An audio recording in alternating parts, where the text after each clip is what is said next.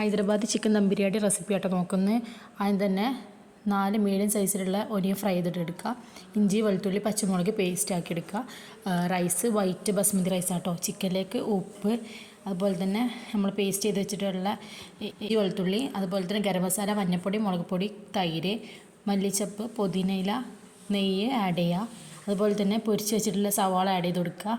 And നല്ല രീതിക്ക് mix ആക്കി കൊടുക്കുക. സവാള ഫ്രൈ ചെയ്തിട്ടുള്ള ഓയിലും ആഡ് ചെയ്യണം കേട്ടോ കുറച്ച്. എന്നിട്ട് നല്ല രീതിക്ക് മിക്സ് ആക്കിയിട്ട് റെസ്റ്റ് ചെയ്യാൻ വേണ്ടിയിട്ട് വെക്കുക.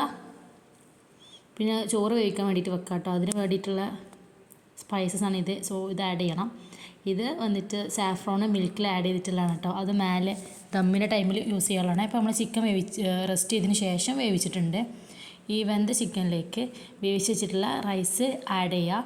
അതിലേക്ക് അല്പം നെയ്യും അതുപോലെ തന്നെ സാഫ്രോണും മല്ലിയില, പുതിനയില, സവാള പൊരിച്ചത് ആഡ് ചെയ്യുക.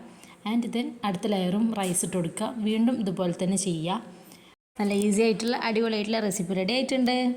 ഡീറ്റെയിൽഡ് വീഡിയോ വേണമെങ്കിൽ ചാനൽ ചെക്കൗട്ട് ചെയ്ത് നോക്കുക. അപ്പോൾ ബൈ.